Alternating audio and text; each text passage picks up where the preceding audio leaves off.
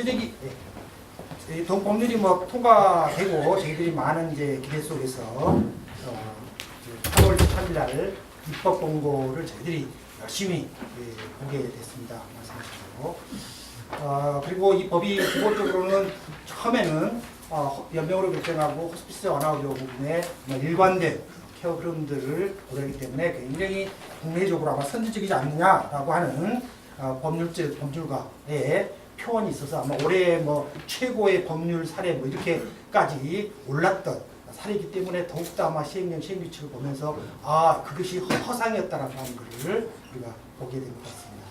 돈법의 가장 큰 문제는 연명으로 결정과 호스피스를 통합하는 그런 통합 케어입니다만 여전히 연명으로 결정법입니다.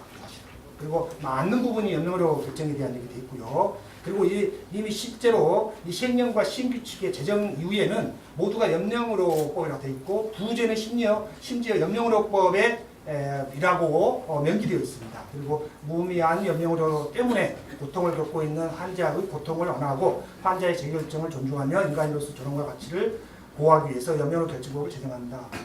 이게 지금 이 시행령 시행규칙의 모든 분야에 들어있는 취지의 주 내용입니다. 두 번째는 저희가 호스피스 안화의료법의 기본법으로 저희들은 아마 생각을 했는데 실질적으로 아마 보건복지부나 지금 시행령 시행규칙을 보면 암관리법에 몇 가지 비암성 질환이 포함된 법 정도 아마 그게 실제 이 시행령 내용인 것 같습니다. 물론 아까 말씀하신 대로 말기라고 하는 규정을 4개 암 환자 외에 비암성 질환 3개를 국회에서 논의할 때는 3개만을 하라고 하는 이 법률이 아니었습니다.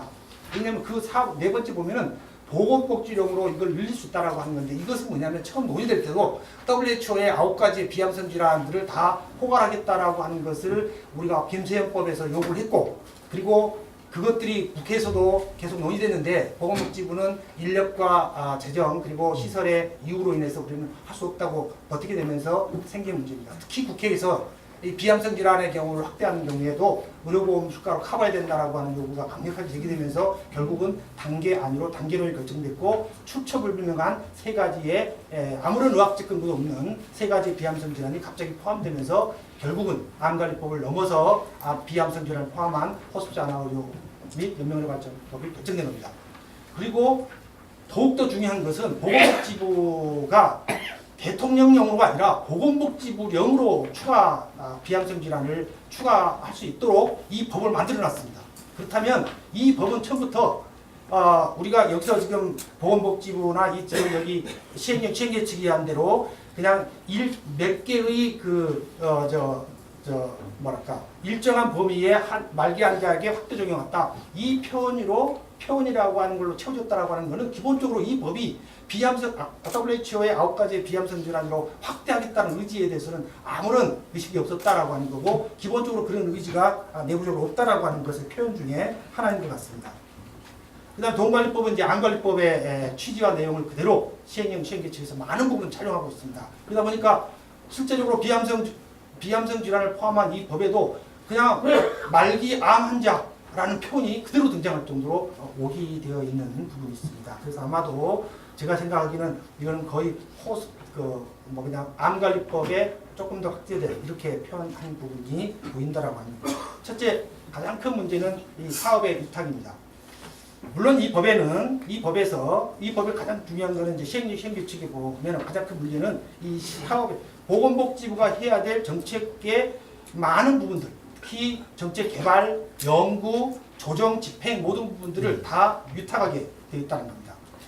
돈법 제21조 1항에 보면 보건복지가 해야 될 사업은 여기 보시면 첫째가 지침 개발입니다. 여기 나온 것처럼 두 번째가 정책 개발 및 보급입니다. 세 번째가 연구 개발 사업입니다. 그 다음에 네 번째가 호스피스 전문기관의 육성과 전문 인력 양성입니다. 다섯 번째가 교육 프로그램의 개발 보급이고요. 여섯 번째가 의료비 지원 사업입니다. 일곱 번째가 통계 조사 사업이고 8개가 홍보입니다. 그 밖에 돼 있죠. 이 제2조 이제 21조 2항에 보건복지부는 각 항에 들어있는 이 사업들을 대통령이라는 시행령입니다. 시행령으로 정한 바에 따라서 관계기관에 위탁할 수 있다라고 되어 있습니다. 그래서 시행령에는 절차만 규정되어 있습니다. 그래서 어떤 위탁 가능한 기간이 뭐고 그 절차는 어떻게 된다라고 하는 것에 있지 위탁 범위에 대해서는 전혀 시행령에 언급되지 않을 정도로 그렇다면 이 법에서 얘기하는 부분들이 실제적으로 저희가 처음에 소극적으로 생각했던 특정한 그 사업을 일부 기간에 그러니까 유탁한다라고 했던 저희의 생각과 관계없이 이게 전체 사업을 유탁하는구나 라고 하는 그런 생각을 하게 만들어주는 부분이고요. 그래서 결과적으로 보면은 이제 이 시행규칙의 세부에 보면은 보건복지부가 담당할 이 호스피스 사업을 전체를 유탁하겠다는 뜻을 시행규칙의 규제영향분석서에 보면 적나라하게 나타나 있습니다. 규제영향분석서에 호스피스 중앙센터에 이관할 업무는 규제 대안의 내용이라고 하는 것과 규제 대안의 비교에 상세하게 이렇게 있습니다. 지금 여기 왼쪽에 보시신 부분이 지금 규제 대응에 이것을 이관시키겠다고 한 겁니다. 중앙호스피스에. 근데 이 중앙호스피스에 이관하겠다고 하는 이 사업 어디에도 원래 중앙호스피스 기관의 고유 업무가 아닙니다. 이건 전적으로 지금 보건복지부 호스피스, 보건복지부가 해야 될 정책 지금 개발과 연구, 조정, 집행 사업을 전부 다 중앙호스피스에 이관하겠다라고 물론 제가 여기 표현은 중앙 및 권역 호스피스 센터지만 권역별다가 넣기는 어려울 거고 아마 중앙호스피스 센터에 이관할 것이 아니겠나라고 생각합니다. 그렇다면 그러면 다 이관하고 나면 남는 건 뭐냐? 의료비 지원 사업. 여기 지금 나와 있는 이 의료비 지원 사업을 제외하고 근데 거기도 이제 등이라고 되어 있기 때문에 아마 등에다가 포함하면 모든 아마 정부의 보건복지부가 그런 생각합니다. 중앙호스피스의 그런 고유 업무는 뭐냐라는 거죠. 중앙호스피스는 기본적으로 말기 환자 현황과 진단, 치료, 관리에 관한 연구, 호스피스 사업에 대한 통계, 그 다음에 사업 계획서 작성, 신기술 개발. 이거는 전적으로 아까 말씀하시는 이관된 이 중앙호스피스에 이관하겠다라고 하는 이 규제 분석 영양서에 나오는 이 부분하고는 전혀 관계없는 얘기입니다. 결국은 뭐냐면 중앙호스피스에다가 고유 업무를 하고 플러스 정책 호스피스까지 넘기겠다라고 하는 이것이 바로 분석서에 나오는 겁니다. 물론 이제 이관 혹은 위탁의 문제점에 대해서 본다면 보건복지를 어떻게 말씀하셨냐면 전문성과 효율성 등을 강화함으로써 유탁을 통해서 강화함으로써 기본적인 관리 부담이 감소함으로써 상대적으로 행정적 집행 가능성이 높아진다. 과연 그럴까? 첫째, 운영비를 1억 주겠다는 겁니다. 1억 주겠다 하면서 아까 말씀하시는 그 추가 업무로 그거를 다 하겠다? 그거는 제가 보기에는 물론 초기 지원금 한 5억쯤입니다. 물론 17억을 중앙 호스피스하고 권역 호스피스 주는데 아마 한 6개의 권역으로 생각해서 2억쯤 권역 정도 줘야 된다면 아마 5억 정도가 아마 최대가 되지 않을까 하는데 초기 5억을 주고 나머지 1억을 주면서 아까 말한 정책개발과 집행 조정 기능을 다 중앙 호스피스에 넘기겠다.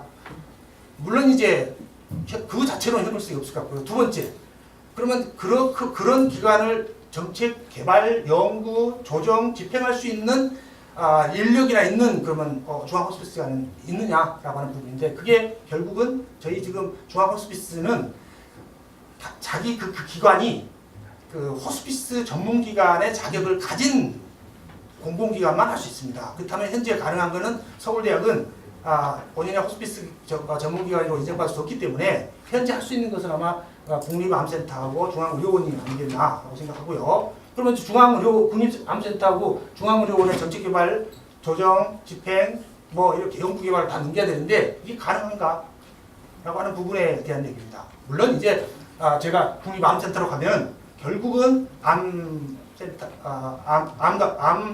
암관리법에 따른 그런 말기암 질환만 하고 비암성 질환에 대해서는 후순위나 3순위 심지어는 아마 배제될 가능성이 있다고 한다고 한다면 물론 이 법의 취지가 비암성 질환을 확대하는 거라면 굳이 이 법을 만들어야 될 이유가 저는 없어진다고 생각합니다.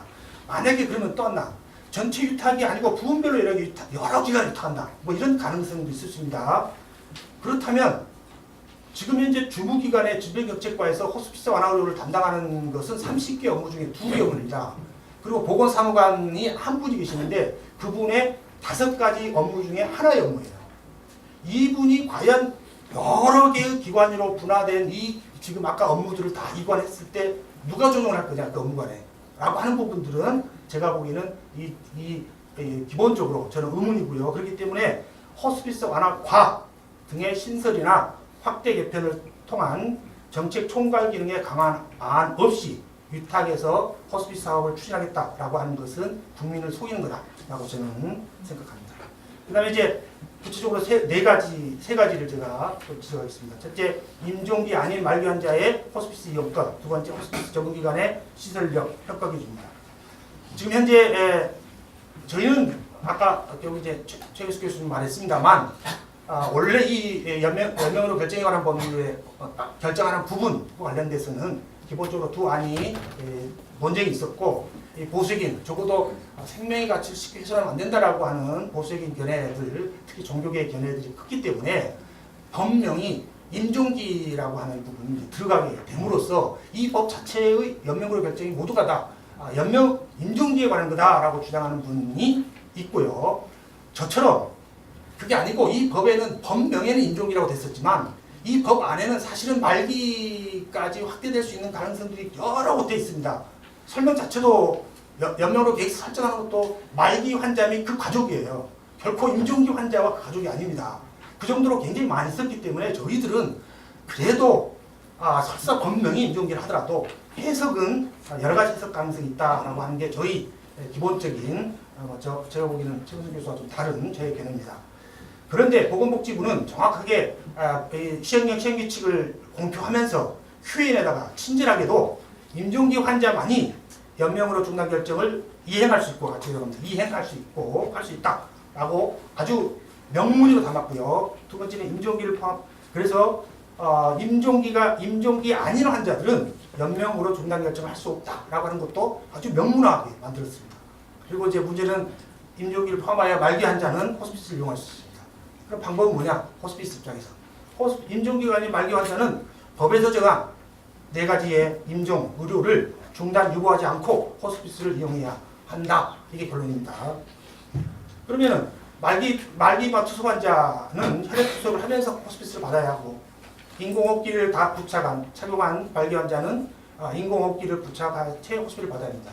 김할머니 산 것처럼 인공호흡기를 다 했다 그래서 임종기 환자가 아니라 이미 김한영의 사건을 본 것처럼 200일을 의사가 인공호흡기를 부착해야 된다라고 했음에도 불구하고 그거를 뗐더니 200일을 살고 있다라고 한다면 인공호흡기를 부착한 환자라서 이것이 임종기 환자냐라고 봐서는 안 된다라고 한다면 임종기를 부착한 말기 환자도 가능하고 이분들이 현재는 호스피스를 이용한다면 인공호흡기를 부착하면서 해야 한다는 거죠. 항암제를 투여받던 말기암 환자는 항암을 투여하면서 몇 시간 이용해야 된다. 이게 가능하냐라는 거죠. 물론 그럴 가능성이 없는 건 아니라고 생각합니다. 완치에는 도움이 되지 않지만 혈액투석이나 암의 전이를 늦추는 항암제가 연명기를 늘려서 호스피스 환자에게도 삶을 아름답게 마무리할 수 있는 기간을 줄 수도 있다라고 하는 겁니다. 그러나 호스피스 이념에 비추어 봤을 때 대부분 우선적 상황에 처하지 않을 수 없다라고 하는 겁니다. 임종기 아닌 말기 환자에게 중단 혹은 유보가 쉽지 않는 인공호흡기나 혈액투석이 자연스러운 죽음을 받아들이는 호스피스의 이념과 충돌할 가능성이 높고 특히 항암제의 사용은 그 고통을 강조시켜서 신체적뿐만 아니라 심리사회적 영적 돌봄을 사실은 불가능하게 만들어주는 그런 겁니다. 이러한 모순은 이제 2가지 때문에 더욱더 강화될 가능성이 있다고 생각합니다. 첫째, 호스피스에 있는 완화의료 기관의 의사의 책임과 그로부터의 보수적인 태도입니다. 이 법은 기본적으로 임종기 아닌 환자가 연명의료를 중단하는 경우에는 3년 이하의 징역과 3천만 원 이하의 처벌에 촉혀 있습니다.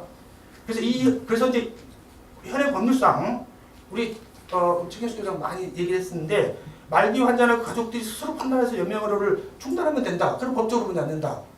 물론 편한 해석이고 가능하다고 생각합니다. 그런데 하지만 절차상으로 문제가 있습니다. 이거는 지금 현재 호스피스 연명으로 중단하기 연명으로 계획서를 작성해야 되는데 이 계획서라고 하는 것은 환자 단독의 결정이 아니고 의사와 공동 결정이고 더 나아가서는 연명으로 계획서를 쓰는 사람은 완화의료 의사입니다.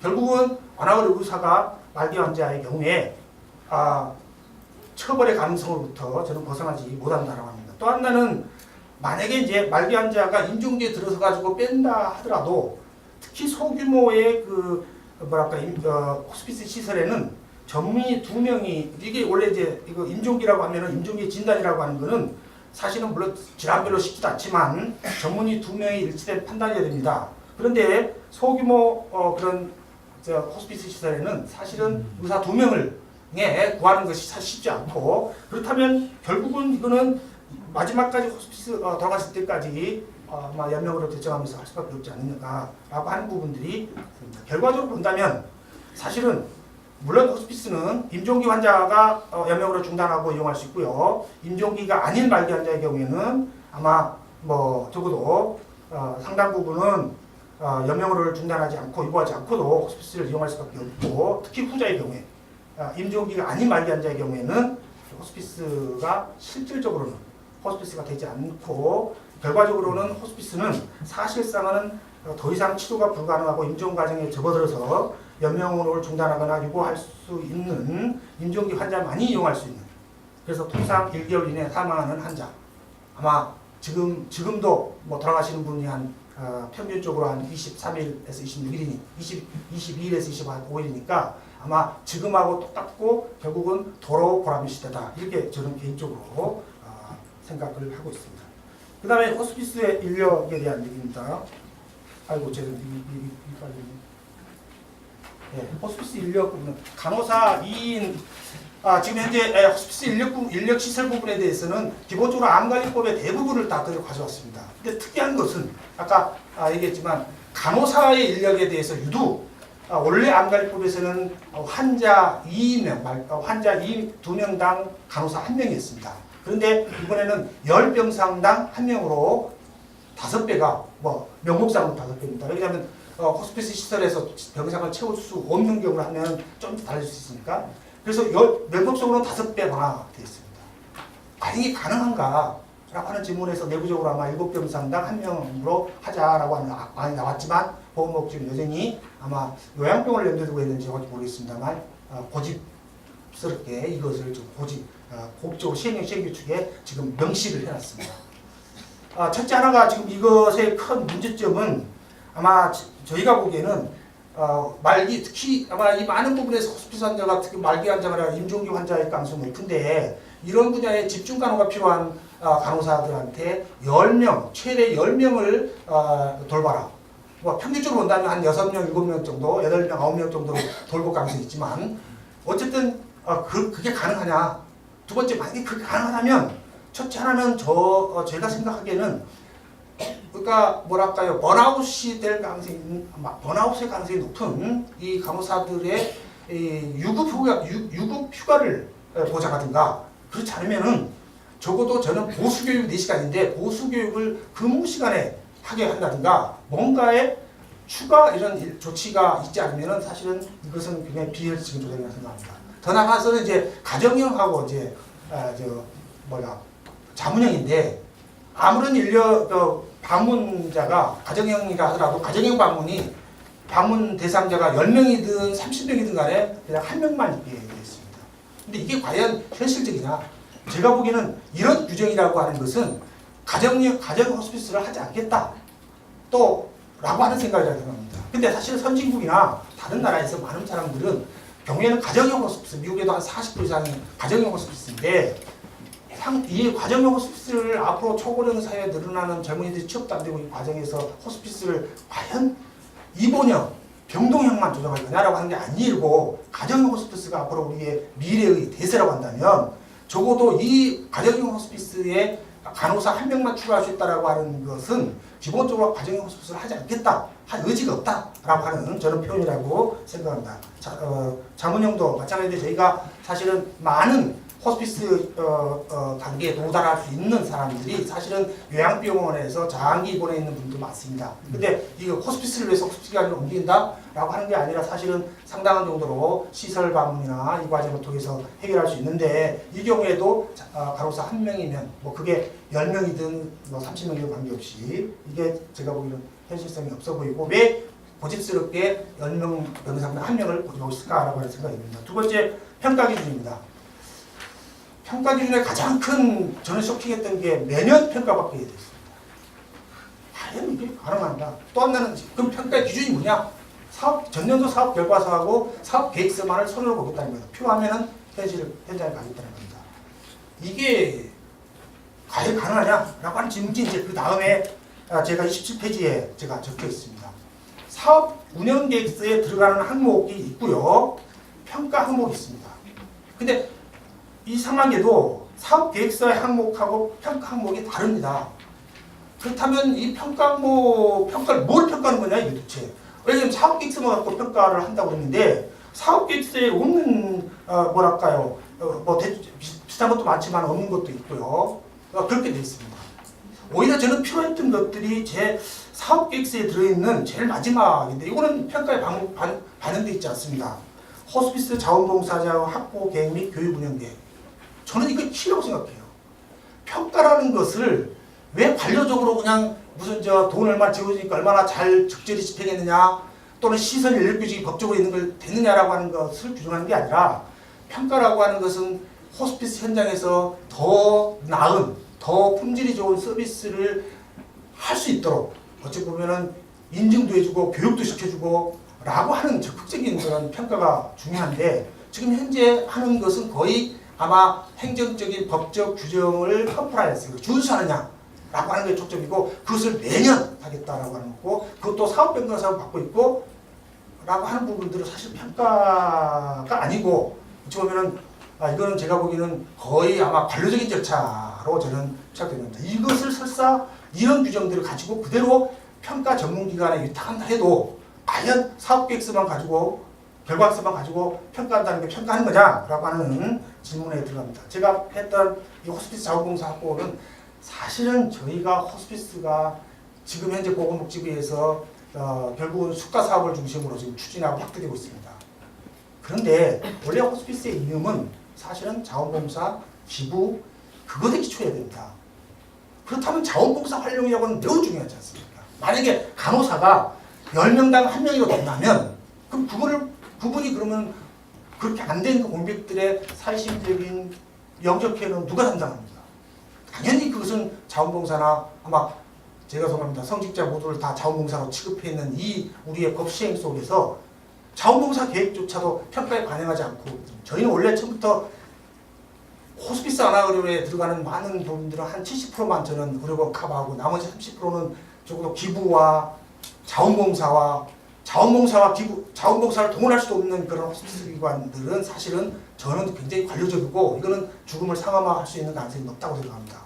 물론 죄송합니다. 요약비용 나중에 발표하시겠습니다만 그렇기 때문에 저희가 기본적으로 자원봉사 활력이라고 하는 것은 오히려 이 평가 항목에서 가산점을 부여해야 될 굉장히 중요한 평가 항목인데 불구하고 다 빠져 있고 오히려 어찌 보면은 평가 항목의 내용이 보면은 직접 예산, 지원해준 예산을 잘 집행했느냐, 인력이 있느냐, 인력이야 규정에 맞게 했겠죠. 안 되면 취소하겠다라고 하는 거죠. 이건 대단히 관료주적인 평가 항목이다라고 하는 겁니다. 그리고 사실은 이 평가 항목이 현실에 맞지 않을 뿐더러 지금 현재 우리가 놓여 있는 어찌 보면 호스피스 안하의료의 현장에 좀 더 적극적인 질을 높이는 현장의 질을 도와주고 질을 높이는 그런 길과는 한참 거리가 멀다라고 생각합니다. 그래서 제가 마지막으로 저희가 하는 부분들은 제가 이걸 못 써서 죄송합니다만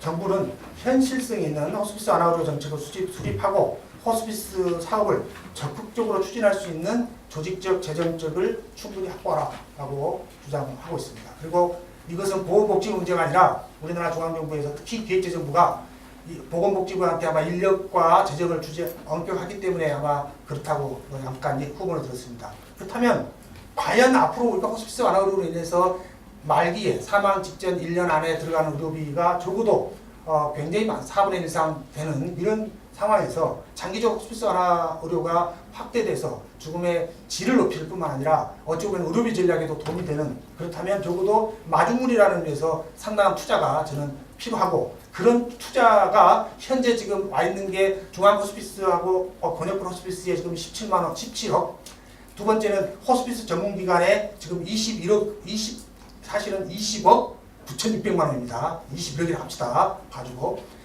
21억을 가지고 전문기관에 한 5천만 원 정도나 뭐 저기 모르겠습니다. 한 5천만 원 아마 흐트러주면 되는 그렇게 재정 계획을 세우고 있다라고 하는 것은 저희들은 상당히 충격적이고 그것들이 바로 시행령 신규칙의 저변에 다 깔려 있다라고 저는 보겠습니다. 네, 이걸 마치겠습니다.